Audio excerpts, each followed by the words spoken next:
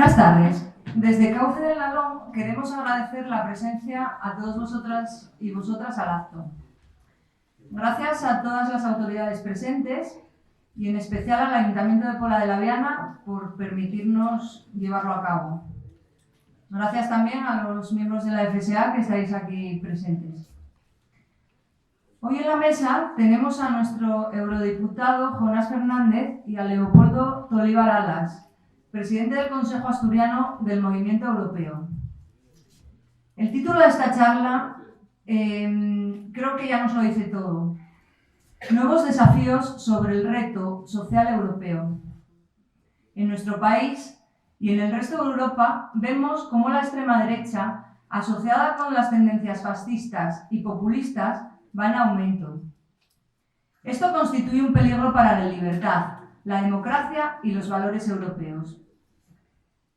Los extremistas de la derecha alimentan la división, promueven el discurso de odio y propagan el miedo para desatar guerras culturales. Quieren que la Unión Europea fracase, no son constructivos a la hora de formular políticas y votan contra el progreso. A lo largo de la última década se ha producido un notable aumento de los movimientos de extrema derecha en las naciones democráticas. En Estados Unidos, la asociación del Partido Republicano con Donald Trump intensificó las ideologías extremistas y arrastró a un partido convencional de derecha hacia la extrema derecha. De manera similar, en Brasil, la presidencia de Bolsonaro siguió esta tendencia, al igual que ha ocurrido con la emergencia de figuras como Javier Milei en Argentina. Desafortunadamente, Europa no ha sido inmune a estas tendencias y los partidos de extrema derecha están ganando impulso en muchos países. Algunos ejemplos los tenemos en Francia, Países Bajos, Alemania, Polonia, Italia, Suecia. Abordar y combatir estas tendencias es esencial para defender los principios de tolerancia, inclusividad y gobernanza democrática. Europa se enfrenta a un auge de los movimientos de extrema derecha en todo su territorio. Son grupos fascistas que trabajan activamente para socavar las instituciones democráticas, limitar las libertades y minar la inclusividad. Para que estos movimientos rindan cuentas, hay que examinar atentamente sus acciones, sus políticas y sus palabras y garantizar que no comprometan los principios de las sociedades democráticas. Nuestro objetivo es crear una sociedad justa y equitativa que incluya a todo el mundo, cualesquiera que sean sus orígenes, al tiempo que respaldamos políticas que refuercen las instituciones democráticas, salvaguarden los derechos de las personas y garanticen la igualdad de trato para todos y todas. El 20 de enero de este año, los movimientos democráticos y progresistas han sufrido un gran golpe que afectará a todo el planeta. La Unión Europea debe tomar conciencia de la nueva realidad geopolítica. El presidente estadounidense Donald Trump no solo está abandonando a Europa y a Ucrania, sino que está mostrando su verdadero rostro, el de un imperialista, al que la Unión Europea puede enfrentarse si permanece unida y tiene la voluntad política de influir. Donald Trump es un imperialista puro, como en el siglo XIX, y ahí radica el problema al que debemos enfrentarnos. Donald Trump ya no tiene en cuenta a los aliados europeos para buscar soluciones a las crisis. Ignora a la Unión Europea, la margina. ¿Debe resignarse Europa a esto? Nosotros, los europeos, tenemos la capacidad de enfrentarnos a esta actitud imperialista si queremos, nos dice Borrell. La Unión Europea debe intervenir. Su gran fuerza es la unidad. Hay que trabajar por esta unidad. Desde Cauce del Nalón nos preocupa Europa porque somos parte de ella. Sin más, cedo la palabra a Leopoldo Tolívar Alas y concluirá el acto Jonás Fernández. Ellos serán los que hoy nos abrirán los ojos a esta nueva realidad a la que nos enfrentamos. Os pido un fuerte aplauso para todos.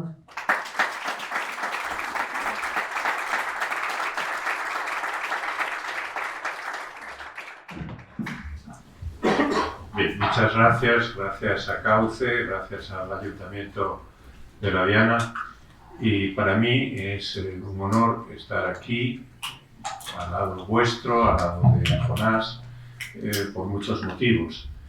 Uno de ellos porque yo soy nieto de esta villa, mi abuela paterna pues era de aquí. Entonces, bueno, pues una satisfacción añadida, ¿no? Bien, presentar, aunque sea muy brevemente, a Jonás Fernández es prácticamente pues una tarea inútil porque todos lo conocéis y lo admiráis. Pero en fin, siguiendo el protocolo al uso, pues diré 4 palabras simplemente, aunque sea recordatorio. Jonás pues, es ovetense, licenciado en Economía en la Universidad de Oviedo, con una amplísima formación de posgrado, un máster en Economía y Finanza del Centro de Estudios Monetarios y Financieros Banco España, otro máster ejecutivo del Instituto de Estudios Superiores de la Empresa, el IESE Business School. Desarrolló su trayectoria profesional también en el prestigioso despacho Solchaga Recio Asociados, y también tiene una experiencia docente como profesor asociado en la Universidad Carlos III de Madrid. Ha sido, y aquí bueno, pues se inició mi contacto personal y humano con él, secretario general de las Juventudes Socialistas de Oviedo, justo en el tránsito de siglos, del 20 al 21, y ahí coincidimos, que yo desempeñaba mis labores, primero como candidato y luego como portavoz municipal en el Ayuntamiento de Oviedo. Prácticamente coincidimos en el mismo lapso, él como secretario general y yo como candidato, como digo, y posteriormente portavoz municipal. Ahí pude ya comprobar que aquel jovencísimo estudiante todavía de Economía, pues era un brillantísimo político, una persona enormemente reflexiva, con una capacidad de transmisión, oratoria magnífica, y una persona además de fortísimos ideales socialistas que ha preservado, desgraciadamente, y hablo desde mi convicción también ideológica, son muchos los que se pierden por el camino, desgraciadamente. En fin, en sus convicciones, no solo me refiero a los socialistas, sin embargo, Jonás, digamos, ha acrecentado pues, ese patrimonio y esa riqueza espiritual y moral, que ciertamente pues, es una carta de presentación excelente, ¿no? Es eurodiputado desde 2014, se presentó nuevamente a las elecciones del Parlamento Europeo en 2019, renovando su escaño, y recientemente en 2024, y desde julio de 2019, el Grupo Socialistas y Demócratas de la Eurocámara le eligió como portavoz o coordinador del grupo en el Comité ECOM, la Comisión de Asuntos Económicos y Monetarios. Y hoy estamos todos pues, inquietos, expectantes. Nos va a hablar, como se acaba de decir, de un tema de vivísima actualidad, aunque ciertamente Europa genera actualidad, por más que a veces, y este es un viejo tema, pues la prensa minusvalore, no dé la importancia debida a los debates que allí se prodigan y que ciertamente nos afectan en la vida cotidiana, no solo digamos en los aspectos macroeconómicos que quedan tan lejos al viandante, ¿no? Y hoy, pues eso, nos va a hablar de los nuevos desafíos sobre el reto social europeo. Por lo tanto, yo, en nombre también, que se me concede la organización, también te quiero agradecer que estés aquí y también el placer y el honor de estar a tu lado. Nada más.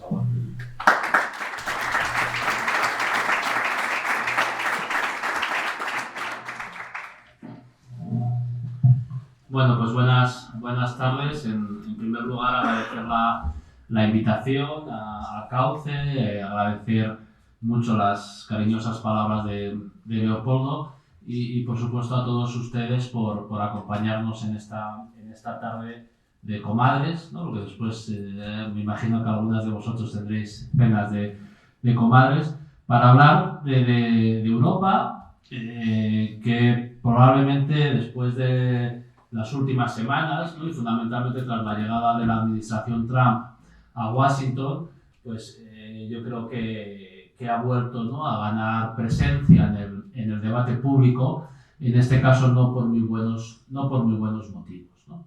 En cualquier caso voy a intentar intervenir no más de media hora. En el Parlamento hablamos 1 minuto, 2 minutos, 3 minutos, y la verdad es que uno se acostumbra a hablar poco y a ser conciso, y este tipo de actos donde se espera pues bueno, ¿no? algo más de desarrollo, pues es complicado, como digo, cuando uno está habituado a ser a condensar muy mucho sus intervenciones.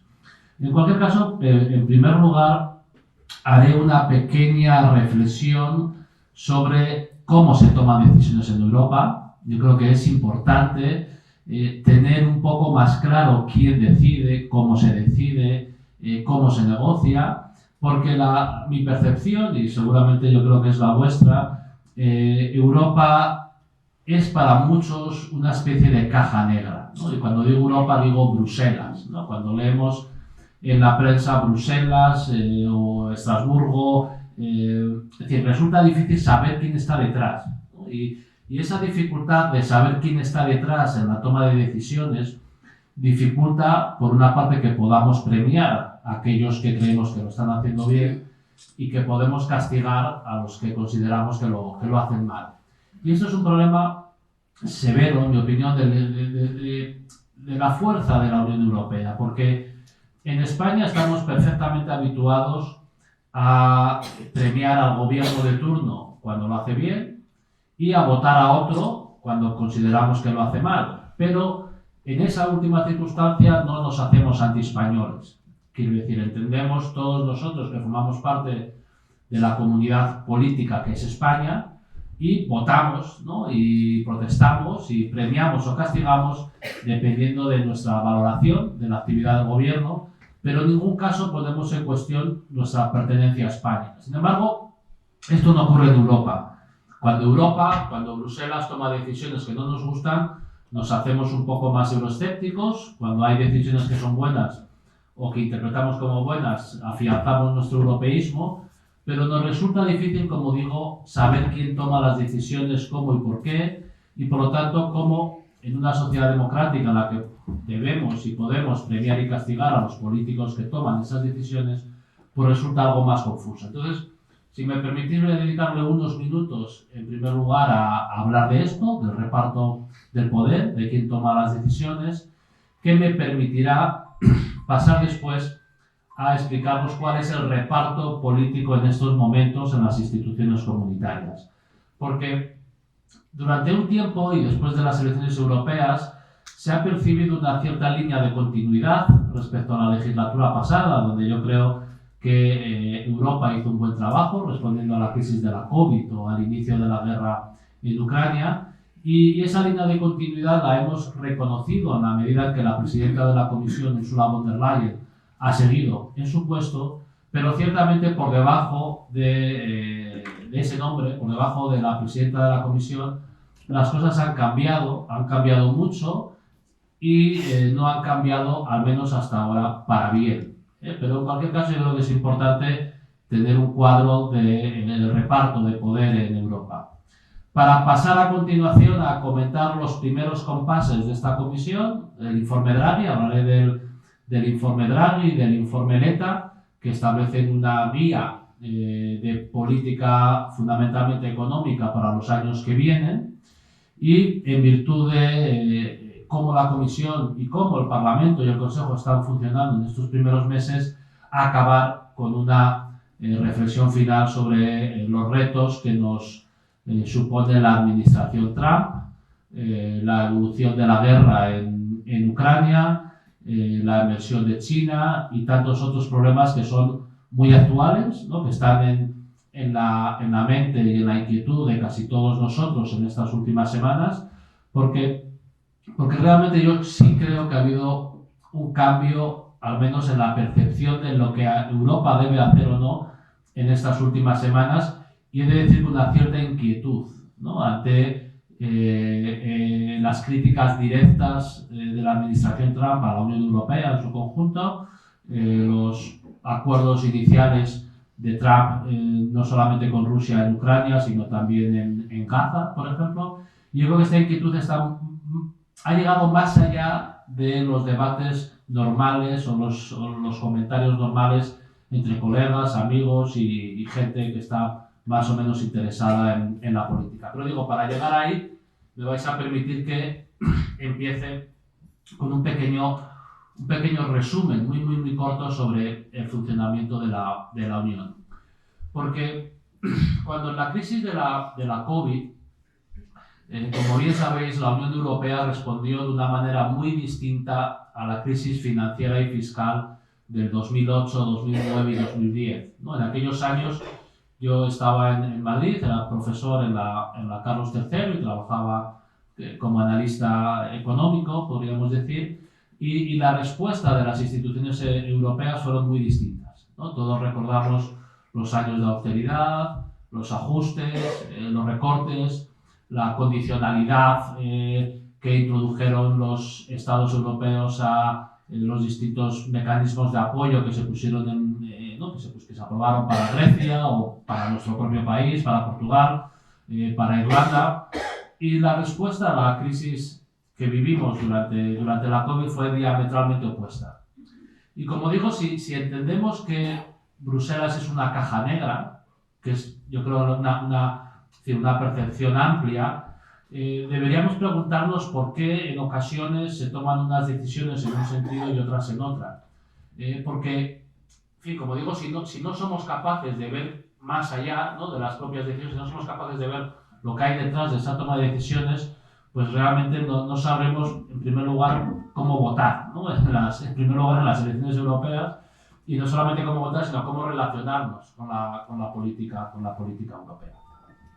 Y en aquel entonces, en 2008-2010, el conjunto de las instituciones europeas estaban dominadas por una mayoría conservadora muy amplia, ¿vale? En el Parlamento Europeo, el Partido Popular era la primera fuerza y tenía una distancia bastante reseñable respecto del grupo socialista. Pero más allá de que el PP europeo tuviese una mayoría muy amplia en el Parlamento, en el Consejo, donde están los Estados miembros, teníamos un país como Alemania, liderado por Merkel en aquel momento, pero más allá de Merkel había un ministro de Economía que era conservador y que estuvo en el diseño de todos aquellos proyectos de rescates y de condicionalidad. Pero en Francia estaba Sarkozy, en Italia estaba gobernando la derecha también, y apenas los socialdemócratas resistíamos en Portugal y en España, y poco más. Y en la Comisión, pues el reparto de poder era muy parecido, ¿no? Quiero decir con esto que las diferencias entre el 2010 y el 2020 son sustanciales. Son sustanciales porque en el 20 el ministro de Economía en Alemania no era un conservador, era un socialdemócrata, que después fue canciller, que es canciller, seguirá siendo canciller hasta las próximas semanas, Olaf Scholz. En Francia no gobernaba Sarkozy, sino que gobernaba Macron, que era una persona con una aproximación europeísta bien distinta a la de Sarkozy, aún no siendo socialdemócrata. En Italia gobernaba el Partido Democrático y formaba parte del gobierno, y los ministros que negociaron todo aquello eran ministros socialistas. En España también. Y en el Parlamento el equilibrio de fuerzas entre la izquierda y la derecha estaba muy igualada fundamentalmente porque al consenso europeo, podríamos decir, o a la coalición de gobierno europeo se había incorporado ya los verdes, ¿no? Hasta entonces los verdes eran un grupo que no solía formar parte de las mayorías en las tomas de decisiones, pero a partir de las elecciones del 19 sí lo hicieron. De tal manera que el equilibrio entre populares, liberales y socialistas, que han estado en la base de la construcción europea desde su inicio, pues pasó a haber 4 grupos, ¿no?, junto con los verdes, de tal manera que el equilibrio, podríamos decir, de centro-izquierda entre socialdemócratas y verdes y de centro-derecha entre liberales y populares, pues era un equilibrio muy igualado, ¿no? Muy igualado, de tal manera que, como digo, la respuesta al 20 fue bien distinta, ¿no?, a la que vivimos 10 años antes. Esto es, como digo, yo creo que es importante tenerlo en mente, cuál es ese reparto de poder, porque, como digo, desde fuera de Bruselas es más difícil observarlo, porque la información, incluso en los buenos medios de comunicación, suele ser información tamizada por los intereses o las visiones o las ópticas de cada uno de los Estados miembros, pero no existe o no es fácil acceder a una información netamente europea que no esté, como digo, mediatizada por las visiones nacionales que de una manera u otra están presentes en los medios de comunicación, que ofrecen buena información, pero que es una información, como digo, muy influenciada, muy matizada por las opiniones de los gobiernos y fundamentalmente de los gobiernos donde ese medio de comunicación tiene su sede, ¿no? Las elecciones, igual que en 2020, como digo, teníamos un reparto de poder sensiblemente más centrado, no diré que izquierdista, porque no era izquierdista, pero sí más centrado, con un comisario de Economía, por ejemplo, socialdemócrata, a diferencia del comisario liberal que sufrimos en la crisis de 2010, que era Olli Rehn, que fue otro de los intérpretes de toda aquella política de austeridad. Pues como digo, ese equilibrio algo más estable o algo más centrado de la última legislatura permitió pues alumbrar una respuesta de la que yo creo que todos estamos razonablemente satisfechos en una situación de estrés muy complicada, ¿vale? Porque no queremos recordar los meses de la pandemia, los meses de encierro en nuestras casas, pero fueron meses en los que en las instituciones europeas se trabajó mucho, se trabajó 24 horas y alumbraron pues, distintas políticas que permitieron, ¿no?, surcar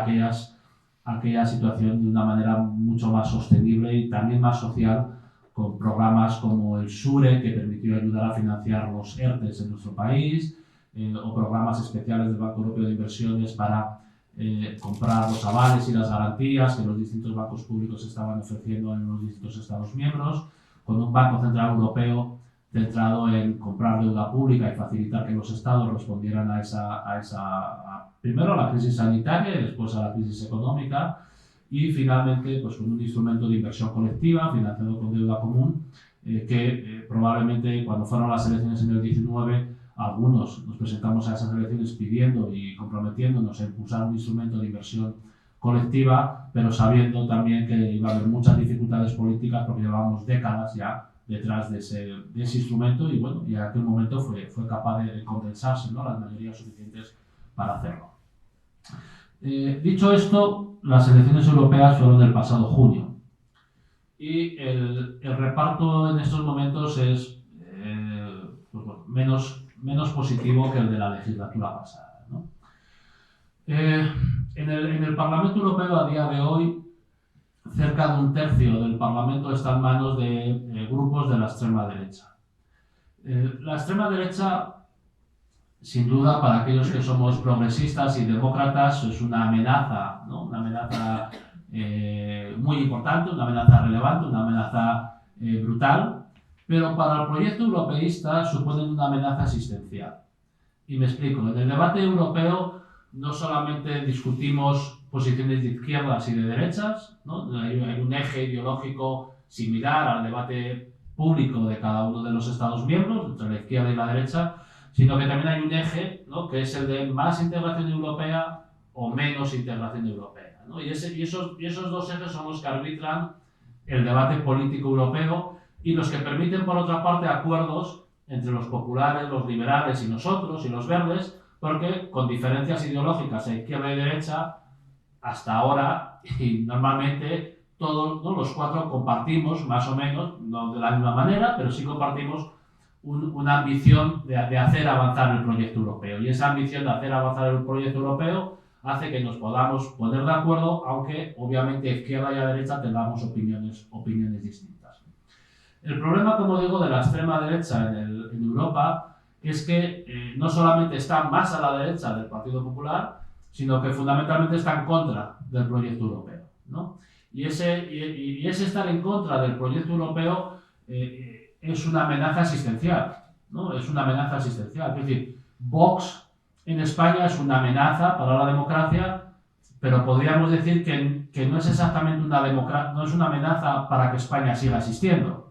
Obviamente la España que ellos quieren es muy distinta a la que queremos nosotros, pero no quieren que España, es decir, hundir sí lo que la quieren hundir, pero es decir, ellos presumen de ser españoles, ¿no? Pues imaginaros que esa extrema derecha no solamente sea de extrema derecha, sino que pida, presuma y reivindica acabar con el país, ¿no? Entonces, como digo, esa amenaza existencial es muy muy diferencial de la extrema derecha europea y empeora de una manera crítica, ¿no?, nuestras preocupaciones por ese peso tan importante que ha adquirido la extrema derecha en muchos países, pero en este caso en Europa, ¿no?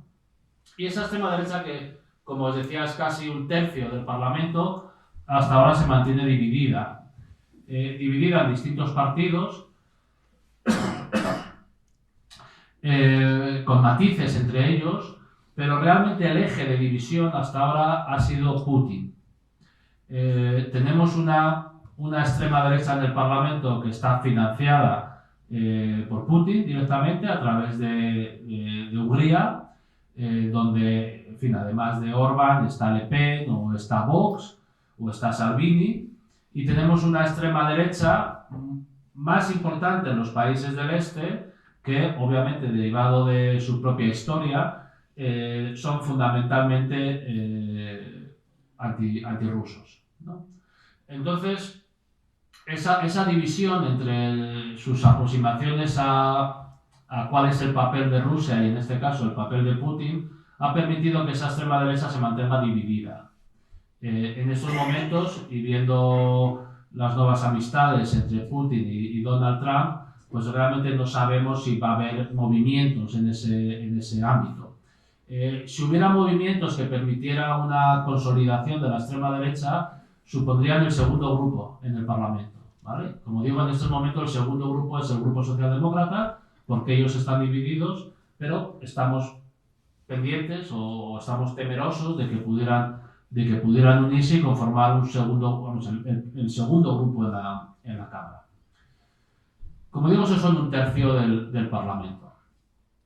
Si miramos al Consejo, si miramos a los Estados miembros, esta mañana hemos tenido la buena noticia de que en Austria se ha llegado a un acuerdo entre democristianos, liberales y socialdemócratas para formar gobierno, después de que en las últimas elecciones ganara la extrema derecha, y después de varias vueltas, porque se había intentado un acuerdo de este estilo después de las elecciones que fracasó.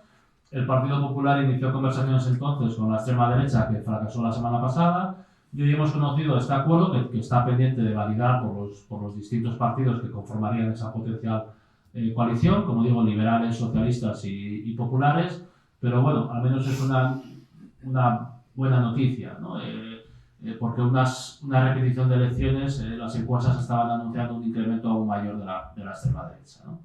Pero quitando Austria, y como digo, pendientes también de las conversaciones en Alemania, que parece indicar que habrá una nueva gran coalición, la extrema derecha, con esos distintos perfiles o esas distintas actitudes ante la Unión Europea, desde los euroscépticos a los eurohostiles, a los antieuropeos, porque hay de todo ahí, pues tenemos Italia, donde el Partido Popular colabora, está en el gobierno de la señora Meloni. La extrema derecha está en Hungría, a Orbán lo conocemos bien todos. La extrema derecha está en el gobierno en Países Bajos. Tenemos un gobierno que procede del centro izquierda, pero que es extrema derecha también en Eslovaquia, que son expulsados del Partido Socialista.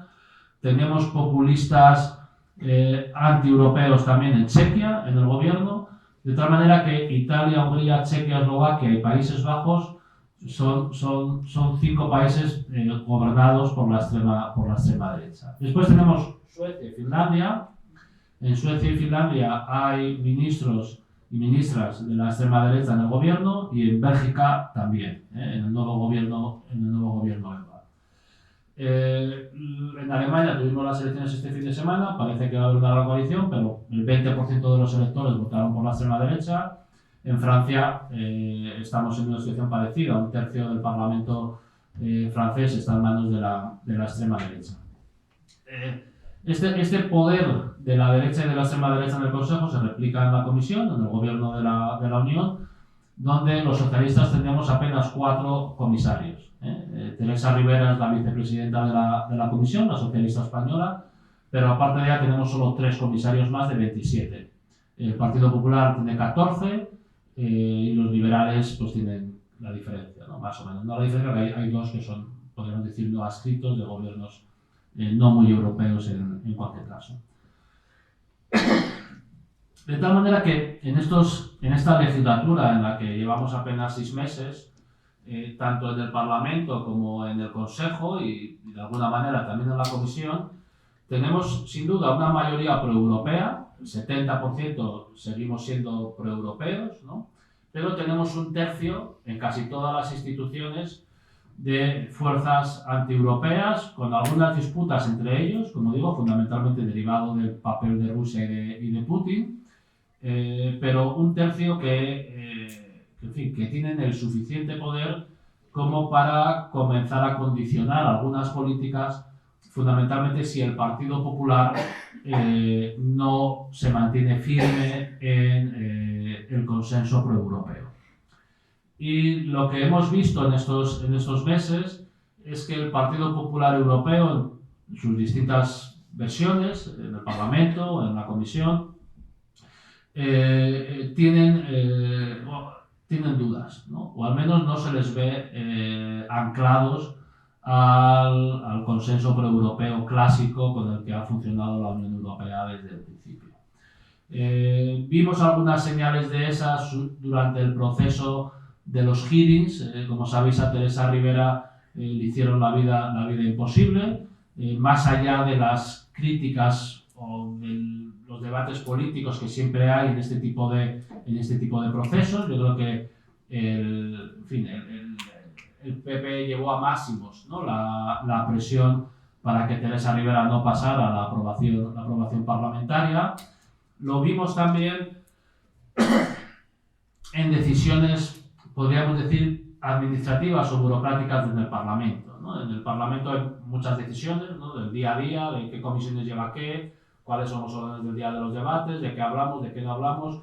Y el Partido Popular viene de manera, en fin, como digo, yendo y viniendo, pero pactando muchas cosas, no voy a detenerme en ellas, pero pactando muchos de los detalles del funcionamiento normal del Parlamento con los 3 grupos que hay a su derecha, ¿no? Los patriotas de Orbán y Le Pen, los conservadores y reformistas, donde está Meloni, donde está Ley y Justicia, y los soberanistas, que es donde está Alternativa por Alemania, que ya son directamente nazis, ¿no?, podríamos decir. Esas conversaciones han tenido plasmación en votaciones, en algunos casos en votaciones legislativas ya.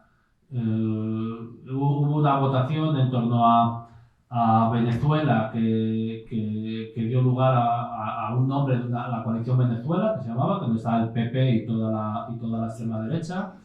Y esa coalición aprobó una revisión de una ley de deforestación que estaba pendiente de revisar para iniciar la negociación con el Consejo, y también ha funcionado en la aprobación de algunos informes de opinión en el Parlamento. No muy grave todavía, pero sí señales recurrentes de que el Partido Popular está en una situación de fortaleza, pero de fortaleza muy débil. De fortaleza porque por primera vez en la historia de la Unión el PP puede conformar mayorías parlamentarias con la extrema derecha, ¿no? Cuando hablamos de la coalición informal proeuropea, es una coalición a la fuerza, porque hasta ahora ni nosotros ni el PP podían conformar mayorías alternativas, ¿no? Y por lo tanto eso te obliga a trabajar con lo que tienes, ¿no?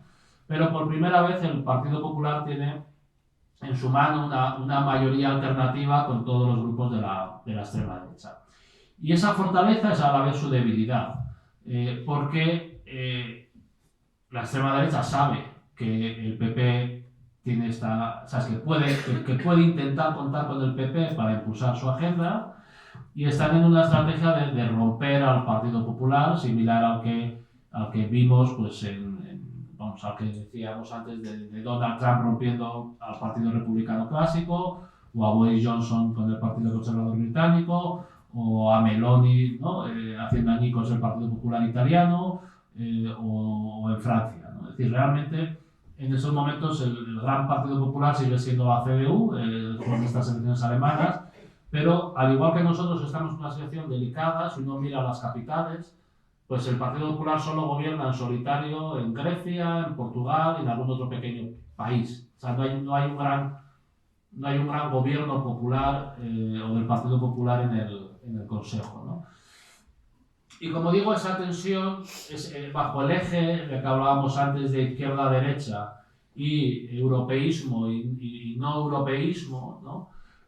Lo que parece es que el PP, o una parte del PP, ¿no?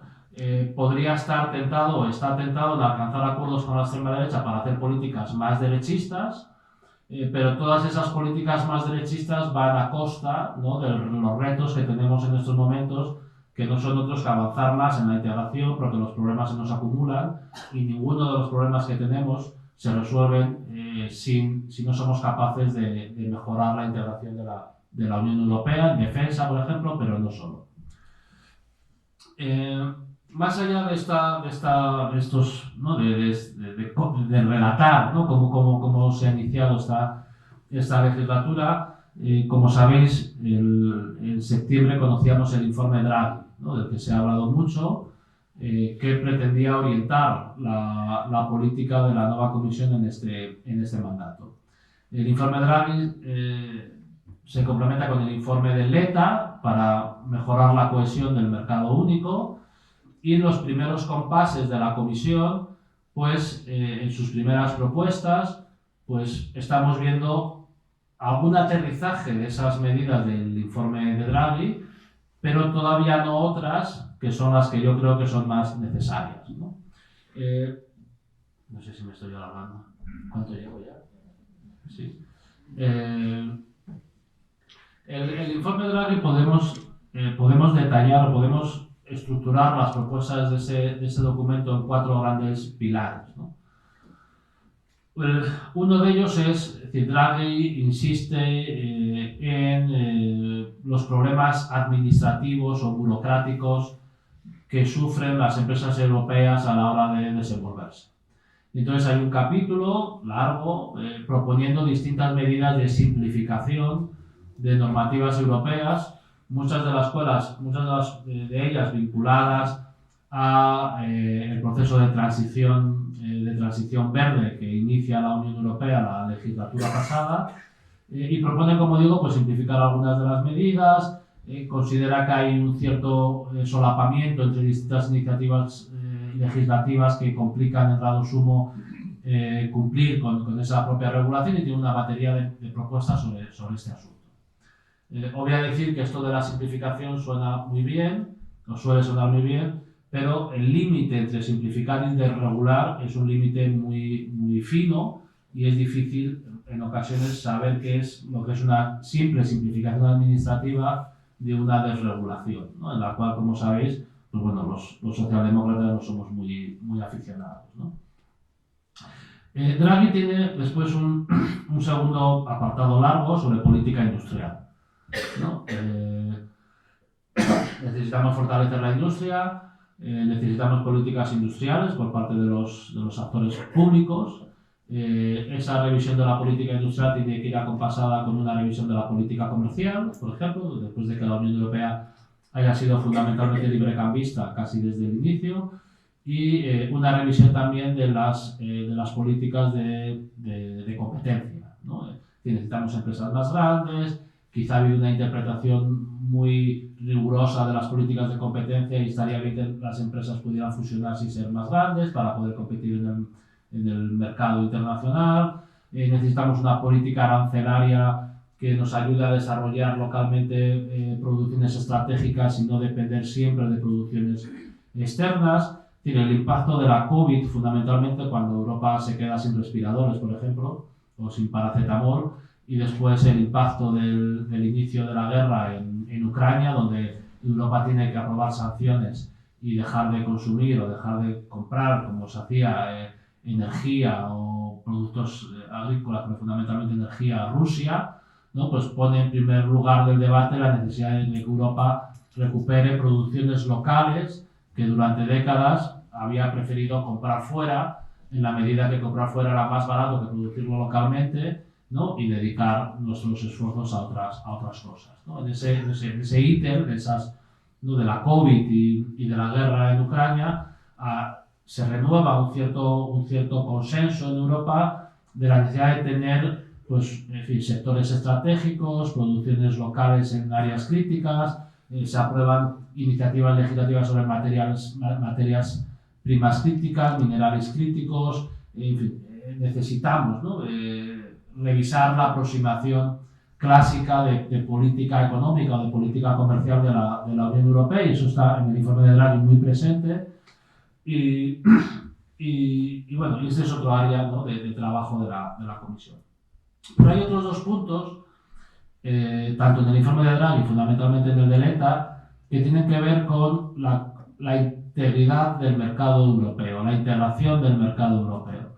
En Europa tenemos un mercado único, como sabéis, pero sigue habiendo muchas barreras burocráticas, administrativas, que dificultan que una empresa laviana venda en Francia o que una empresa alemana venda en Italia. Aunque formalmente tenemos un mercado único y no hay aranceles entre nosotros, sí que hay un grueso de normas administrativas y legales que dificultan que el mercado, es decir, que las empresas puedan aprovechar el conjunto del mercado europeo. Europa, su principal activo, en términos estrictamente económicos, es que somos un mercado de 450 millones de habitantes, con una de las rentas per cápita más altas del mundo, y que por lo tanto nuestra capacidad de compra nos hace ser un agente, o esa capacidad de compra en ese mercado único es un activo de nuestra autonomía estratégica. Las normas que aplicamos en Europa, muchas de ellas se acaban copiando por terceras jurisdicciones, porque si las empresas quieren vender aquí,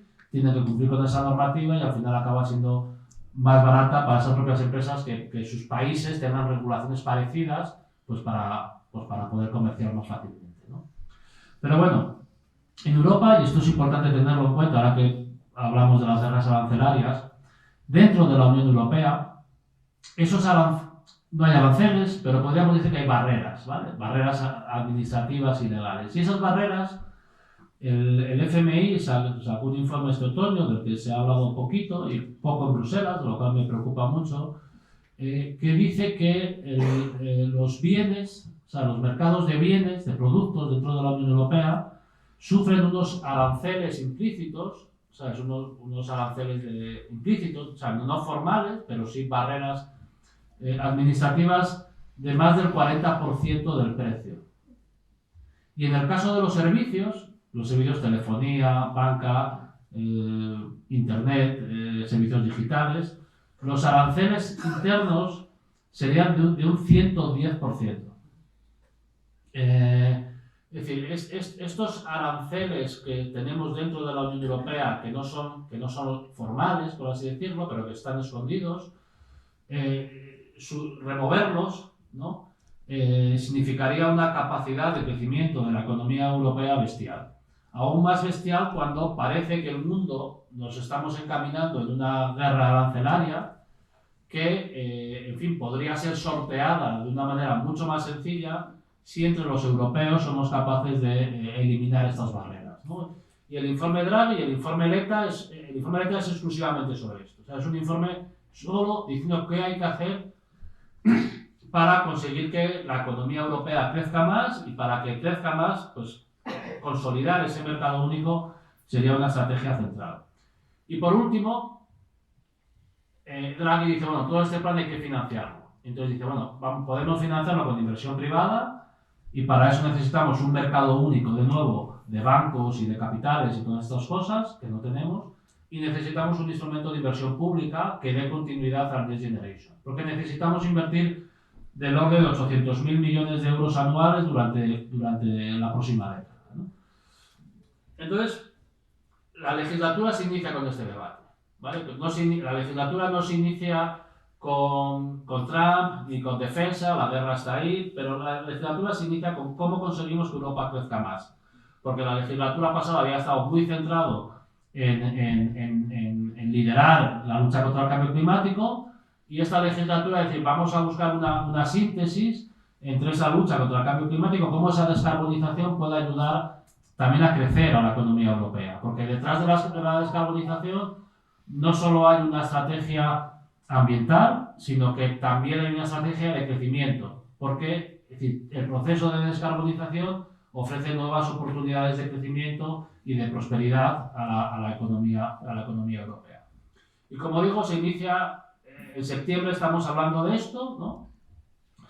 Y las primeras medidas de esta comisión, como digo, bastante más derechista que la comisión anterior, se centran en un paquete de simplificación que conocimos esta semana, el martes, que tocan distintas directivas y reglamentos que aprobamos la legislatura pasada, como digo, fundamentalmente vinculados a la transición verde, y una propuesta de simplificación que, en opinión del Grupo Socialista o de la izquierda del Parlamento y de los gobiernos que tenemos en el Consejo, que están a la izquierda, como el español, pues posiblemente va más allá de lo que parecía una simple simplificación, va algo más allá, ¿vale? En cualquier caso, el problema no es que la propuesta de la Comisión vaya más allá, sino que en el trámite parlamentario el debate sobre la simplificación es un debate muy complejo para nosotros, porque es un debate en el cual la derecha y la extrema derecha pueden hablar más, pactar o no, competir entre ellos, de tal manera que veamos una dialéctica de una carrera a la baja en las normas fundamentalmente ambientales, pero nosotros, o de propiedad de nuestros datos en Internet, porque realmente a la derecha le gusta desregular, la derecha tiene una mayoría en las instituciones y podemos ver cómo esa propuesta, como digo, de la Comisión, que no es tan mala como podíamos prever hace algunas semanas, pues pudiera deslizarse en un debate político muy difícil para nosotros, pero con independencia de que sea muy difícil para nosotros, es un debate en el cual puede ayudar a consolidar una mayoría derechista en las instituciones.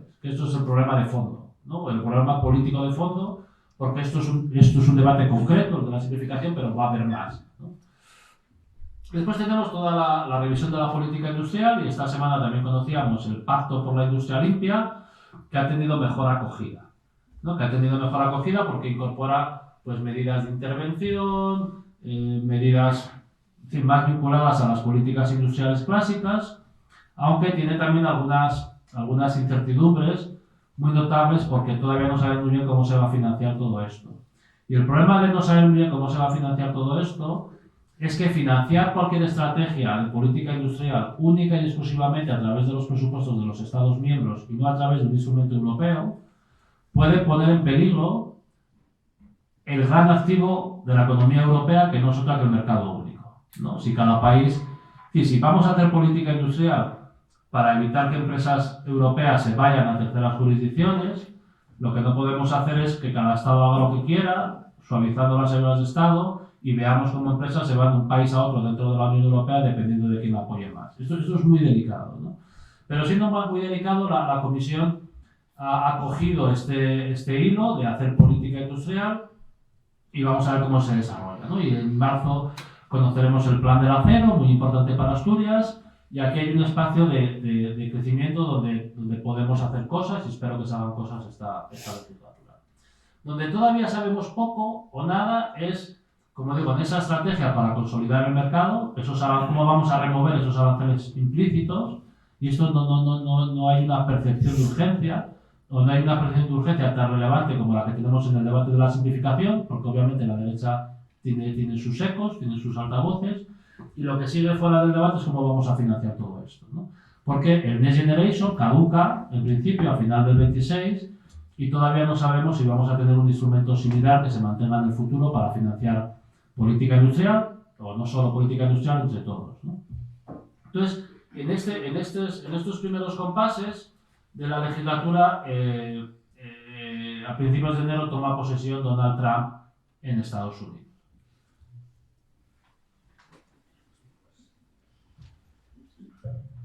Yo había tenido la oportunidad de estar en Washington la semana previa a las elecciones y la verdad es que mi percepción allí, mis reuniones, fundamentalmente con personas del sector financiero, que como podéis imaginar son todas republicanas o de derechas, o mis conversaciones con think tanks, tanto republicanos como demócratas, la verdad es que vine muy preocupado.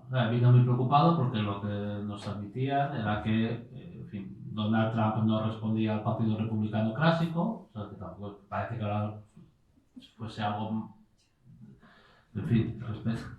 Bueno, a todo ha ido a peor, ¿no? Si Aznar critica a Trump, o sea, si la Fundación FAE sale esta semana, ¿no?, diciendo que criticando a Trump, pues imaginaros cómo se está deslizando el debate, ¿no?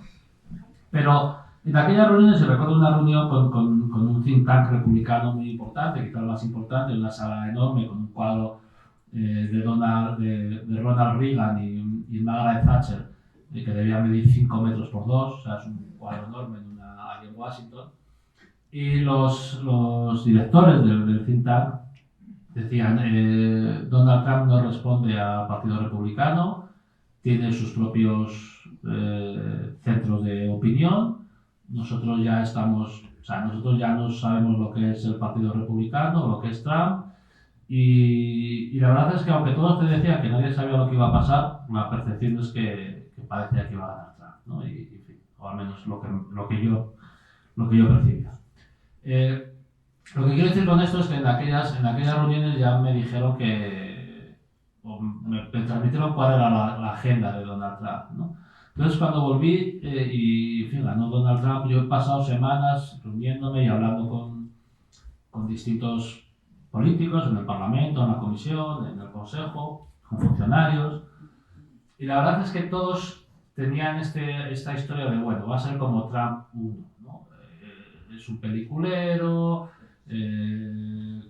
¿no? Es decir, habla más que tal, amenazas aquí y allá, y yo creo que había, y así se lo con una cena, y dije, mira, yo creo que estáis, es decir, hay una especie de no creer lo que está pasando, ¿no? Creo que no estáis percibiendo la gravedad de la situación porque preferís vivir en business as usual, ¿no? Esto sigue como siempre.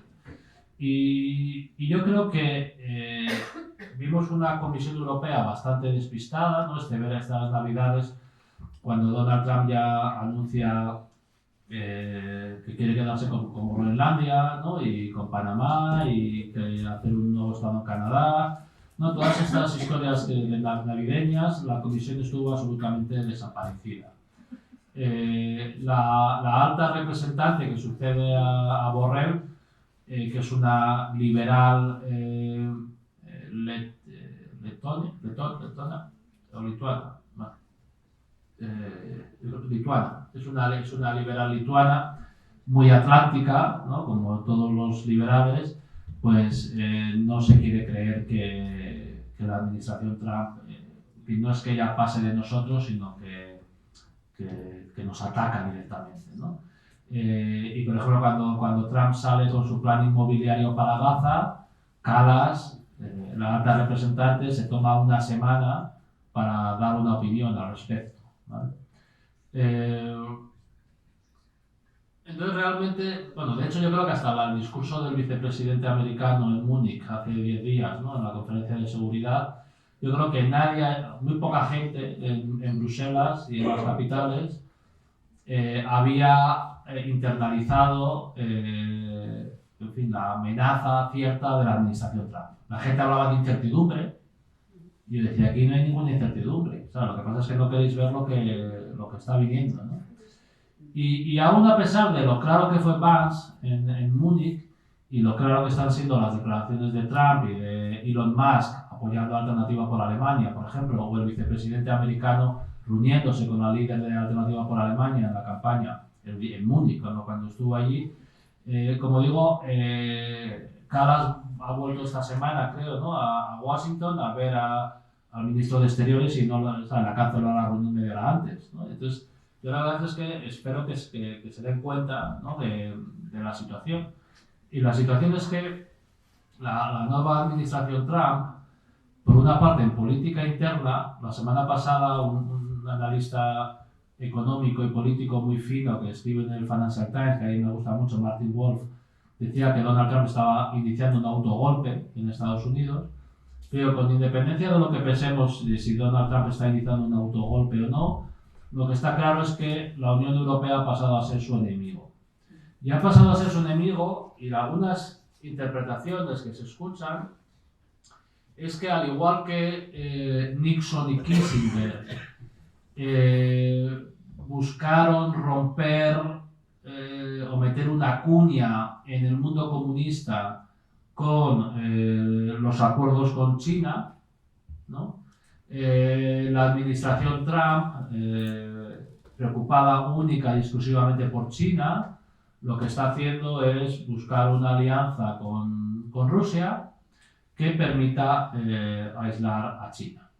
Y esa alianza con Rusia tiene nada que ver con la entente de las democracias occidentales, en las que más o menos hemos vivido y creído, ¿no?, durante todas estas décadas.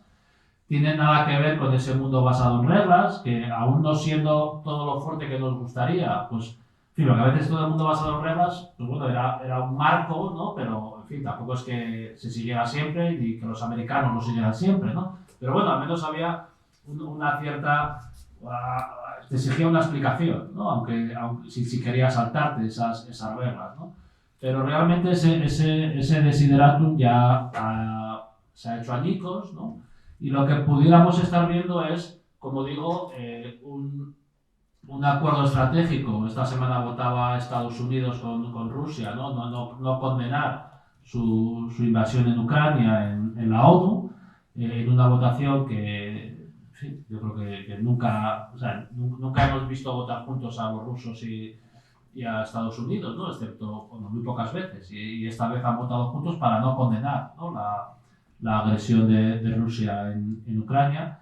Entonces podríamos estar viendo, como digo, esa reorganización de las alianzas en las cuales, como digo, Estados Unidos tiene interés en entablar una relación estratégica con Putin con el objetivo de minimizar a China y, obviamente, cediendo Europa a lo que consideren hacer Putin con nosotros, ¿no?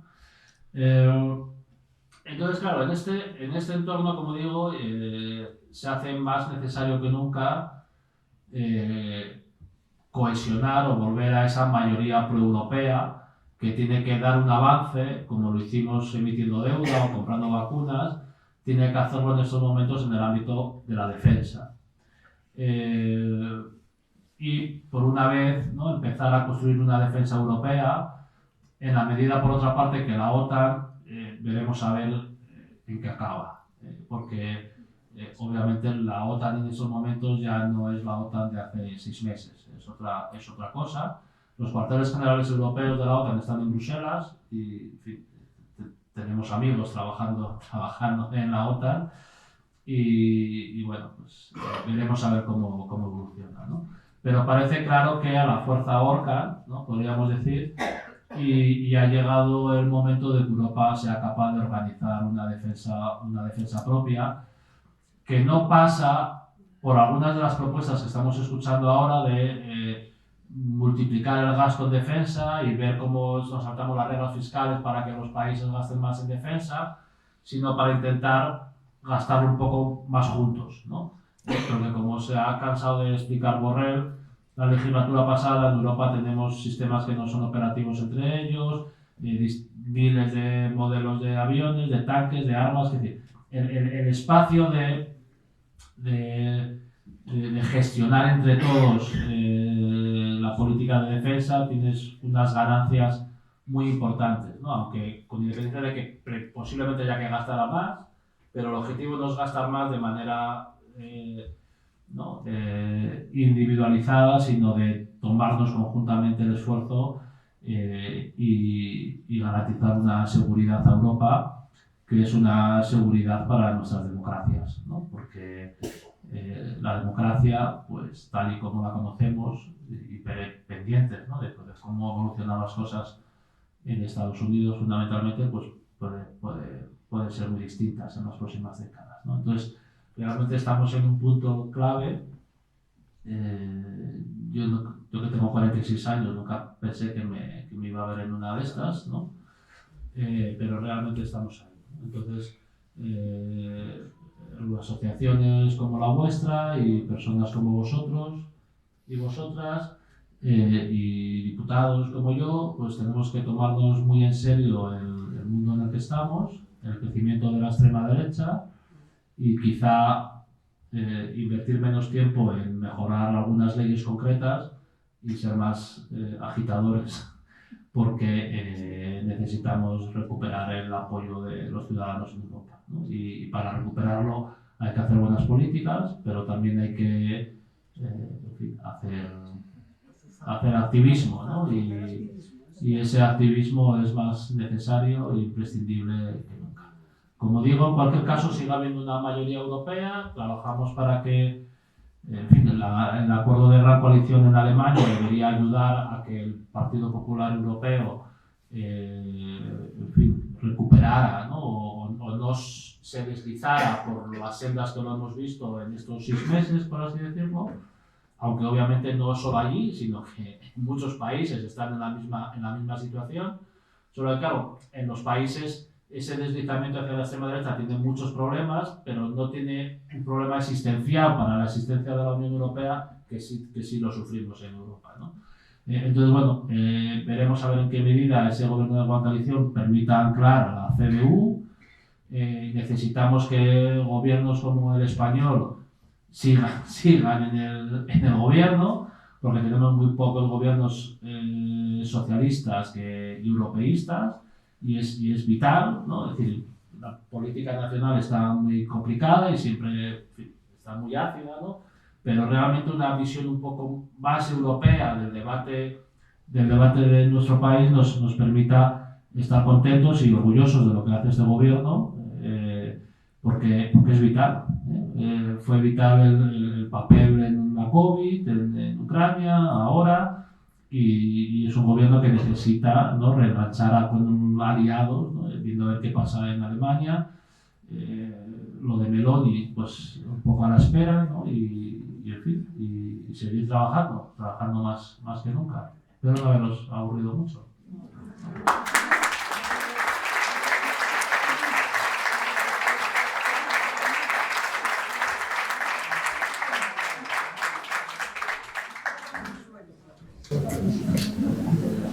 Sí.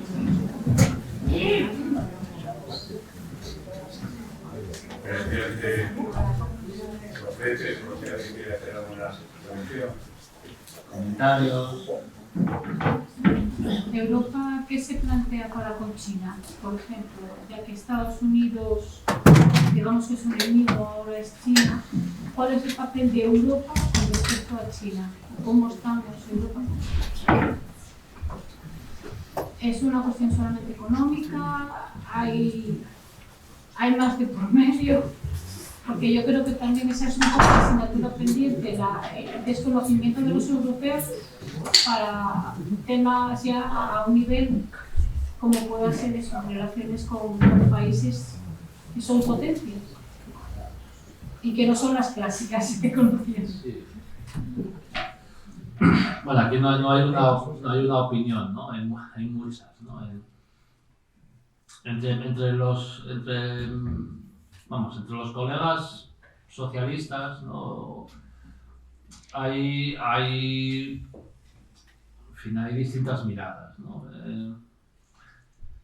Hay quien dice todavía que no estamos en el mundo de ayer, ¿no? Que la relación atlántica, no podemos dar por rota la relación atlántica, que al final Estados Unidos, con todos sus problemas, pero sigue siendo una democracia y el principal país del mundo, y que esto de Trump pues acabará pasando antes o después, y que es importante mantener las relaciones políticas, comerciales, económicas y de confianza o de desconfianza, ¿no? Pero vamos, en los entornos en los que nos hemos movido en las últimas décadas desde la Segunda Guerra Mundial, ¿no?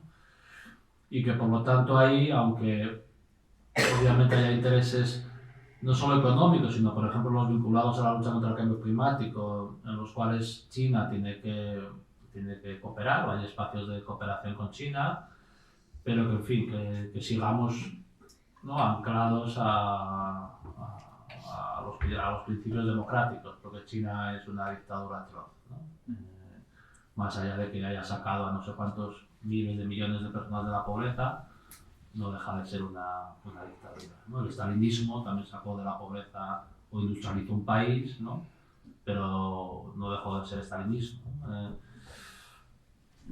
Después hay otros colegas que ya empiezan a dar un poco por finiquitado el mundo post Segunda Guerra Mundial, ¿no? Y que consideran que Trump puede durar más o menos. O sea, los más optimistas hablan que en 2 años hay elecciones al Congreso y que puede quedarse sin una mayoría en las cámaras y perder mucho poder. Pero bueno, hay quien dice que aunque, que siga agotando Trump o no el mandato, lo que va a venir detrás de Trump no va a ser mejor que Trump y que el imperio americano está en una senda, pues como otros imperios previos, y que por lo tanto ahí China juega un papel muy importante, además también porque como los vecinos son los de Putin, pues debería haber espacio para tener una relación cordial con los chinos, aun cuando obviamente no compartamos su modelo político ni, la segunda, ¿no? Durante la Guerra Fría hubo muchos conflictos, ¿no? Proxies, ¿no? Por así decirlo, pero se mantuvo un cierto, o sea, excepto en la crisis de los misiles o en alguna cosa así muy puntual, se mantuvo cierta entente, ¿no? Es decir, había un cierto orden dentro de la Guerra Fría, ¿no? Entonces, dice, pues bueno, aquí no tiene por qué haber una guerra fría con los chinos, digo los europeos, pero bueno, puede haber espacios de cooperación, ¿no? Es decir, los europeos, de alguna manera, es complicado porque o sea, el otro día, hace unas semanas, estaba con unas personas de la embajada china, ¿no? Y entonces, claro, me decían que no entendían cómo en el Parlamento y tal, cada diputado decía lo que le daba la gana. Y que claro, que eso no era bueno para tener unas buenas relaciones con ellos, ¿sabes? Y decía, ya, pero es que aquí cada cual dice lo que... ¿Sabes? Y no es un ciudadano chino que pase por ahí, ¿sabes? Una persona de la embajada de China ante la Unión Europea, ¿sabes? Y te dicen, los europeos tenéis una doble moral. Me decía, bueno, esto es... En fin, obviamente tenemos dobles morales, ¿no?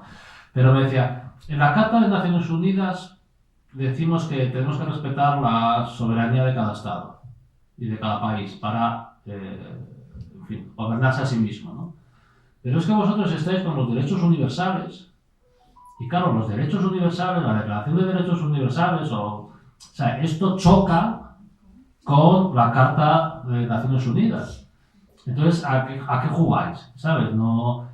Entonces, claro, yo le decía que claro, que los europeos, o sea, eso lo hablé de San Pablo, ¿sabes? De Jesucristo y de San Pablo y de la Revolución Francesa. Es decir, los europeos y los occidentales tenemos una visión muy universalista de nuestros valores. Y está en nuestra propia cultura, ¿no? Y quizá los chinos, yo no soy un experto en China, pero estuve allí estudiando en Shanghai y algo he leído, no mucho, pero algo he leído, ¿no? Y los chinos no tienen esa visión universalista de sus principios y de sus valores, ¿sabes? De hecho, China significa en chino el reino del medio, o el imperio del medio, del centro. Y entonces, ¿sabes? Cuando España y Occidente se lanzan a descubrir América, por ejemplo, o sea, la dinastía que reinaba entonces en China quemó todos los barcos de su propia flota porque no quería comerciar con nadie. O sea, porque ellos son tan buenos, o sea, están tan por encima de todos los demás que no consideran que haya nada interesante fuera de... O sea, es que son una raza superior, ¿vale? Entonces, esa posición de considerarse a sí mismos, como digo, o sea, exigen que los demás les paguen impuestos, ¿sabes? Pero no exigen... O sea, no tienen esa visión universalista que tenemos los occidentales en general, ¿no? Entonces, claro, me decía esto, ¿no? Y yo intenté explicarles esa visión universalista de la cultura occidental, pero claro, me decían, es que así no vamos a poder llevarnos bien. si no respetáis que cada cual haga lo que quiera en su país, ¿sabes? Entonces no lo sé. Pero sí, hay una reflexión abierta, ¿no? sobre cómo relacionarse con China. Había otra pregunta atrás.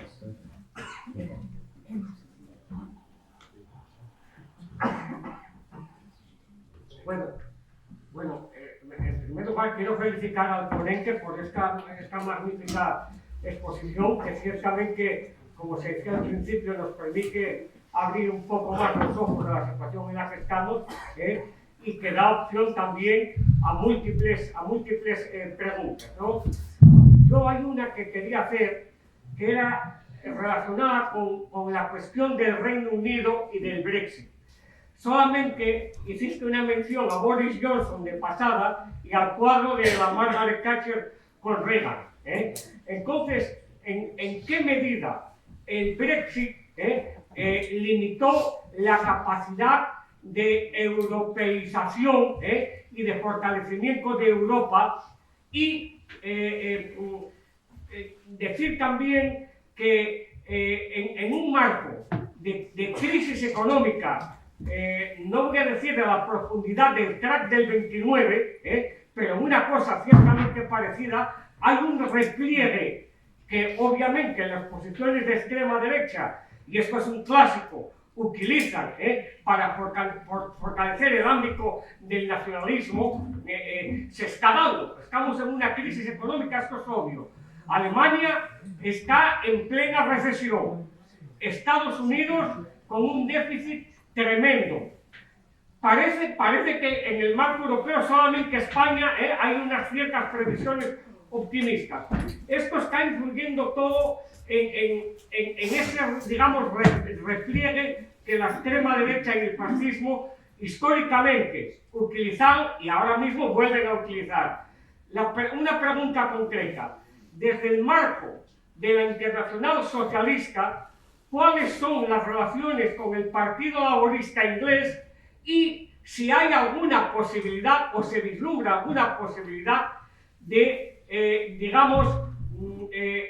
romper con el Brexit, volver a integrarse en la Unión Europea, además teniendo en cuenta que hay un movimiento fortísimo en el Reino Unido por abandonar lo que significó el Brexit y sus políticas?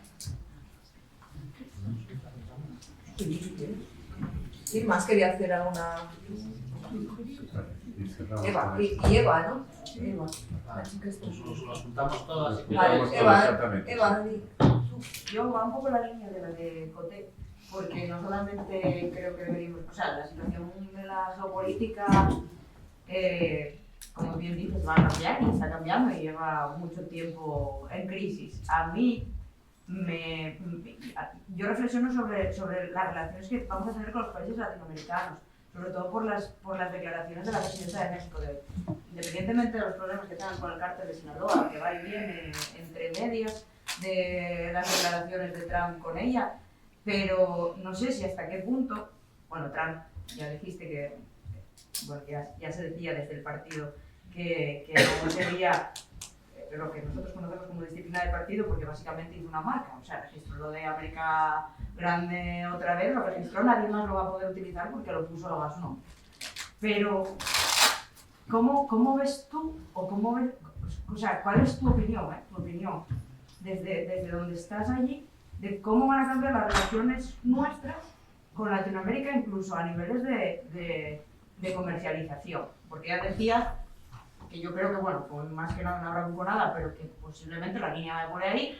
No te preocupes, que si nos pones aranceles a nosotros, hay muchos productos y muy buenos para vender y para comprar con Europa. Ahí lo dejo. Kiko.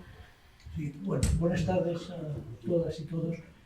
Yo creo que esta prioridad que hoy es Europa, y creo que por parte de las asociaciones convocantes de este acto, y especialmente por el ponente, que nos ha explicado pedagógicamente, y yo creo que nos ha venido muy bien a todos los presentes esa explicación tan rigurosa, tan básica, pero tan fundamental, para comprender efectivamente la situación que hoy tenemos en Europa.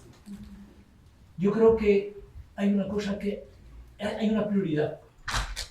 Es que somos Europa y la prioridad para nosotros es Europa, porque es, digamos, el sistema democrático mejor que hay y de bienestar que hay hoy en el mundo, y por lo tanto, después del golpe de Trump, de esa alianza con Putin, que no se veía desde hace 80 años, y desde luego yo creo que el que no quiera verlo, yo creo que es que, vamos a ver, desde el punto de vista del conocimiento que nosotros tenemos, de la razón, de todos los elementos fundamentales, tal, yo creo que la maldad de este momento y la crueldad de este momento nos supera y no somos capaces realmente de comprender el problema real que tenemos. Y es que en este momento lo que se cuestiona es la democracia. Lo que cuestionan Putin y Trump es de nuevo el deseo del poder, de repartirse el mundo. Y el problema es Europa. Y este tipo de actos son cada vez más necesarios. Es decir, tenemos que comprender muy bien que Europa tiene que defender los valores que son propios, como la idea de democracia, la idea del diálogo, de bienestar, todo esto de justicia social, todos esos valores fundamentales que se oponen a los poderosos, a los autócratas, que lo único que quieren es, como decía ayer Trump, no vamos a apoyar a Europa porque Europa se construyó para fastidiarnos a nosotros. Es que es brutal, es brutal. Y entonces yo creo que tenemos que comprender todos la necesidad de que efectivamente, en este momento, la prioridad fundamental es la defensa de la democracia, y Europa, personalmente yo pienso que no está respondiendo con la urgencia y la contundencia desde la presidencia, que es, yo creo que si una persona destacada en Europa sobre este tema es Macron. Macron convocó a todos, bueno, primero, cuando estuvo Pedro Sánchez en la primera reunión de toda Europa, tuvo una intervención correcta, diciendo muy claro lo que teníamos encima, lo que venía y demás. Pero Macron ha sido el que ha convocado en 2 ocasiones a Europa, ha ido a Estados Unidos a entrevistarse con Macron, a decirle a Trump lo que tiene que hacer y demás, ¿no? Y yo creo que la presidencia no está teniendo la contundencia que tiene que tener. Y desde luego, la ministra de Asuntos Exteriores, por favor, ¿cuánto nos vamos a acordar del compañero Borrell, que siempre estaba adelantando las propuestas razonables, serias y demás? Entonces yo creo que efectivamente, vamos a ver, yo creo que la clave de toda esta historia es, después del día 6, que es la reunión clave del gobierno europeo, que hasta el 6 de marzo parece que todo el mundo está esperando a que esa reunión, ahí se tome la decisión definitiva contra todo el tema económico y tal. La verdad es que yo creo que en este momento, sobre todo por parte, digamos, de la parte que más nos afecta a nosotros, la izquierda, no está teniendo una respuesta, yo creo que adecuada, y de presentación de proyectos y de denuncia frente a la situación que hay ahora mismo en Europa. No sé lo que os parecerá a vosotros. Gracias. Bueno, yo voy a ser muy breve. En primer lugar, felicito a Cauce de Nalón por haber tomado la iniciativa de hacer un acto como este. Me congratula ver a mis viejos amigos Leopoldo Tolívar y Jonás en plena forma. Para Jonás yo creo que hay que decirle que, bueno, vuelve la política. Vuelve la política. La parte de trabajo en el Parlamento Europeo muchas veces es un poco aburrida, pero desde luego, como dicen los chinos, hay un gran desorden bajo los cielos, y eso es lo que nos espera en los próximos tiempos. Es decir, esto se está poniendo todo patas arriba. Como todas las situaciones así, pues hay una parte incómoda, una parte que rompe seguridades y nos genera incertidumbres, pero también es un momento para repensar muchas cosas que a veces dábamos ya por conseguidas, por dadas, y ahora pues nos obliga a repensarlas. Y nos devuelve un poco la palabra a la ciudadanía, porque está claro que situaciones como las que vamos a vivir no se pueden afrontar solo desde las instituciones políticas. La ciudadanía tiene que recuperar la voz y tiene que mandar mensajes claros acerca de por dónde tienen que ir las cosas. Y en este sentido yo creo que, también lo comentaba ahora Kiko, lo que está en juego son cosas muy serias. Las fotos y las imágenes que representan ahora mismo Putin, Trump y sus congéneres es todo lo contrario a lo que cualquier ciudadano sensible de la historia y de lo que representa nuestro continente puede apreciar. Entonces, simplemente yo recuerdo muchas veces, hay una frase de un filósofo alemán que yo creo que viene al hilo de lo que tenemos por delante y cómo tenemos que reaccionar. De la idea más profunda de Europa es plantar cara al desprecio. Esa es lo que va a estar en juego en los próximos tiempos. Quizá no tenemos que precipitarnos porque esto no se va a acabar ni hoy ni mañana y hay que tener también la cabeza fría, pero no podemos perder el norte de lo que está en juego. Entonces, esta idea de que Europa y los chinos, hay una dialéctica con ellos que está bien, yo creo que sea una dialéctica, ellos son eso, el imperio del centro, consideran que son 5.000 años de antigüedad, pero también pueden aceptar que sí, que en Europa tenemos otra visión, somos un poco más indisciplinados desde su punto de vista, porque tenemos muchas voces, pero que eso está bien, que eso forma parte también de su historia, que ellos tampoco pueden estar seguros de que si el mandato del cielo no se cumple, la gente tiene derecho a rebelarse. Eso forma parte también de su historia. Y por tanto, bueno, pues vamos a estar muy entretenidos, en el mejor sentido de la palabra, en los próximos tiempos. Quizá no haya que tener mucha prisa, pero sí tener las ideas claras. Y yo creo que una de ellas es, la ciudadanía tiene que tomar la palabra en todos los lugares de Europa y hablar claro. ¿Queremos irnos con los mensajes de la extrema derecha, reduccionistas, racistas, de exclusión, de romper Europa, o queremos repensar cómo hacemos las cosas en los próximos tiempos para que la idea de Europa se mantenga como un faro y nos permita enlazar con otras civilizaciones, con otras sociedades que también tienen legítimo derecho a expresar que sus voces tienen que ser oídas. Y en este sentido yo espero que Europa retome el interés por lo que va a pasar en los próximos tiempos en la ONU. Y a lo mejor empecemos a pensar cosas tan básicas como que el derecho de veto en el Consejo de Seguridad, si hay que repensarlo, pues Francia podía empezar por decir, bueno, pues lo socializo, o no uso el derecho de veto, o ya no es el de Francia, es el de Europa. Es decir, tenemos que aprovechar toda esta confusión que se está generando también pues, para dar un salto adelante en nuestra identidad como europeos. Sí. Bueno, pues vamos, estamos todos más o menos en la misma línea, ¿no? Tanto los comentarios de la sala como creo que mi primera intervención que motiva pues, las reflexiones de todos, ¿no? Ese es el objetivo. Quizá algunos apuntes sobre lo que habéis dicho. El Brexit, en fin, alguien preguntaba por el Reino Unido. El primer ministro estuvo en la reunión de Macron en París. Yo la semana pasada tuve una reunión con el gobernador del Banco de Inglaterra, con el Banco Central de Inglaterra, y es la primera vez que me pide una reunión desde que se fueron. De hecho, por ejemplo, en temas así financieros y tal, siempre había y sigue habiendo un cierto temor de que el Reino Unido, que tiene la City, como sabéis, fuera de la Unión Europea, pudiera tomar una agenda muy desreguladora y que nos generara muchos problemas. Y la semana pasada el gobernador, aparte de venir a verme a mí, dijo a la gente de la comisión y venía con el discurso de tenemos que llevarnos bien, tenemos que ponernos de acuerdo en las normas financieras. Y yo creo que esa reunión, desde que se fueron, el gobernador del Banco de Inglaterra no vino por Bruselas, hasta la semana pasada, ¿no? Que es cuando Steinmeier está en París.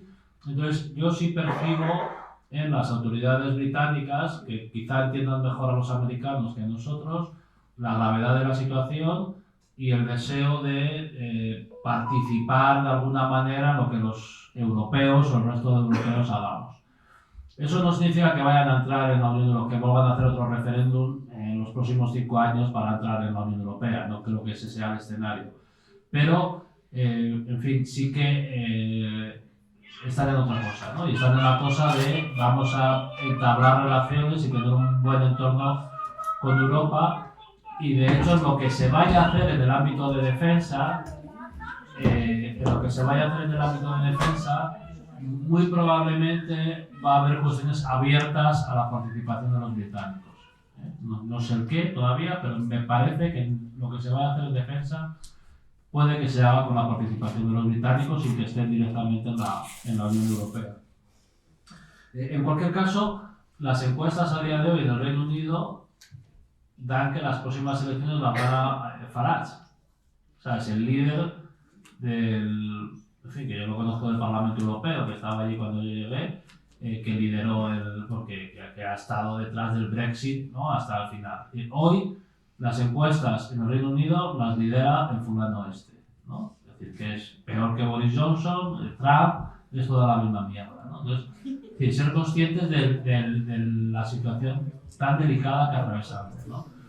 Sobre América Latina, vamos, yo creo que esta situación actual da la razón fundamentalmente mucho a los españoles y a los portugueses, que andamos por allí todo el rato diciendo que es necesario fortalecer la relación con América Latina.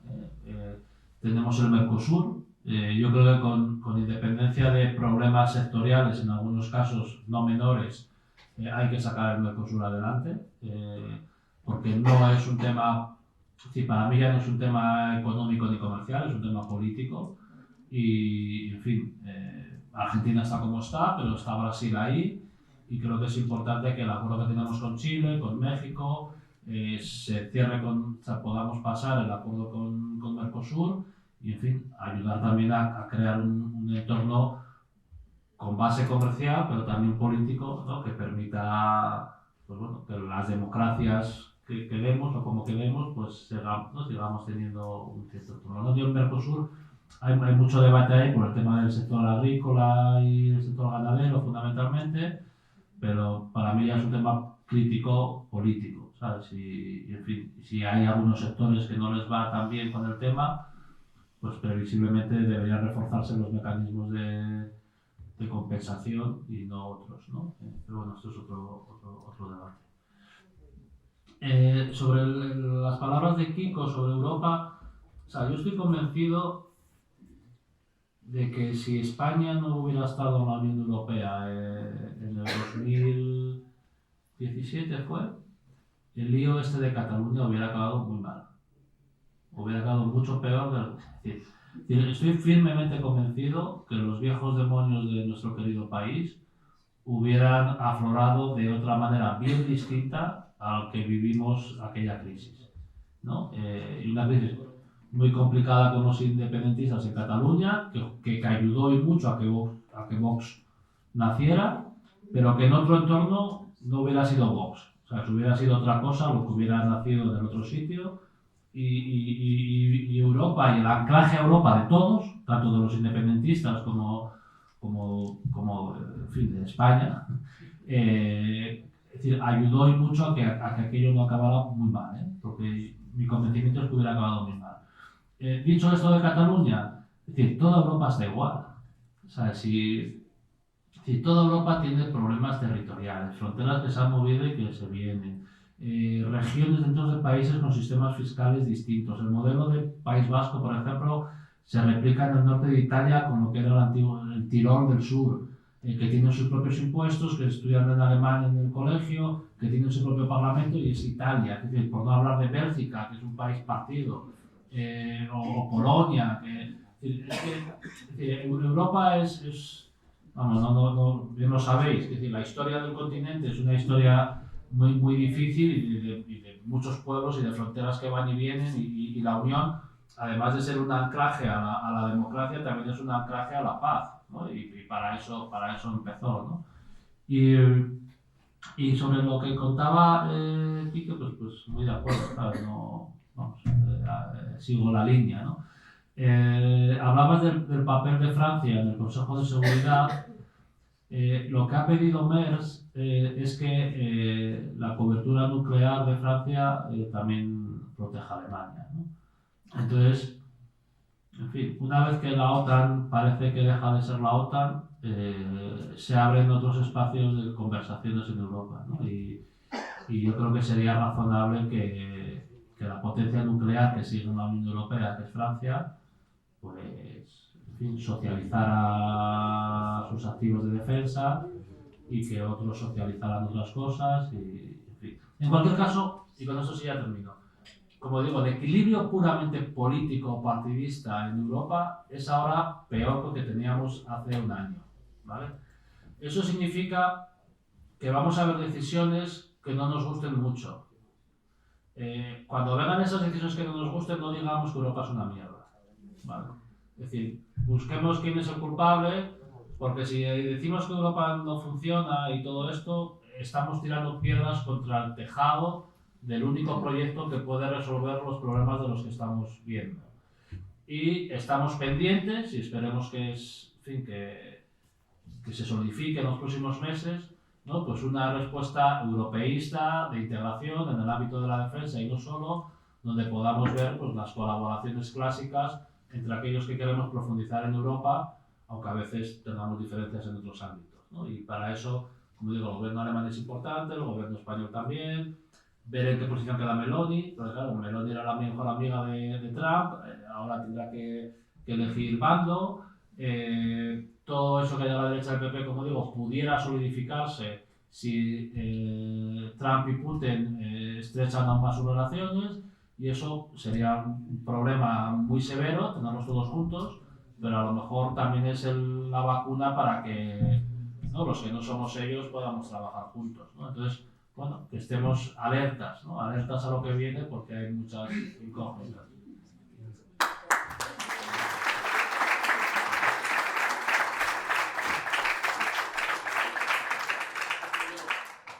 Yo solo quiero preguntar, ¿qué se está haciendo desde el punto de vista didáctico desde Bruselas para ir convenciéndonos a la gente de la calle que somos europeos, que pertenecemos a un gran país, en construcción, pero un gran país, pero que somos europeos? Porque es la gente de la calle la que vota, y porque es la gente de la calle la que dice, y que a mí si no me va bien la culpa es de Bruselas. ¿Qué se está haciendo para resolver esta cuestión, para formar al ciudadano de la calle? Bueno, yo esta mañana estuve en un instituto en Llanera con chavales de 16 y 15 años y hay más gente que lo hace, ¿no? Es decir, las instituciones como tal hacen una labor de comunicación, hay un plan de museos y de centros de interpretación de la Unión Europea que por cierto está desarrollando una empresa asturiana con escenarios, poniendo en todas las capitales distintos espacios telemáticos de comunicación. En las redes sociales está presente en las instituciones y los grupos parlamentarios. En fin, es verdad que no es suficiente, ¿no? Y ese es el pasivo que tenemos. Pero bueno, por eso decía también que quizás los que somos diputados tengamos que estar más tiempo predicando y quizá menos allí, ¿no? Pero es un equilibrio difícil, ¿no? Si quieres influir allí y que se tomen decisiones que nos vengan bien, hay que trabajar allí, porque desde aquí no influís, es lo mismo, pero influir mucho allí pues también te resta tiempo para predicar por aquí, y quizás estamos en un momento, como decíamos antes, donde necesitamos predicar mucho más porque la extrema derecha nos está comiendo.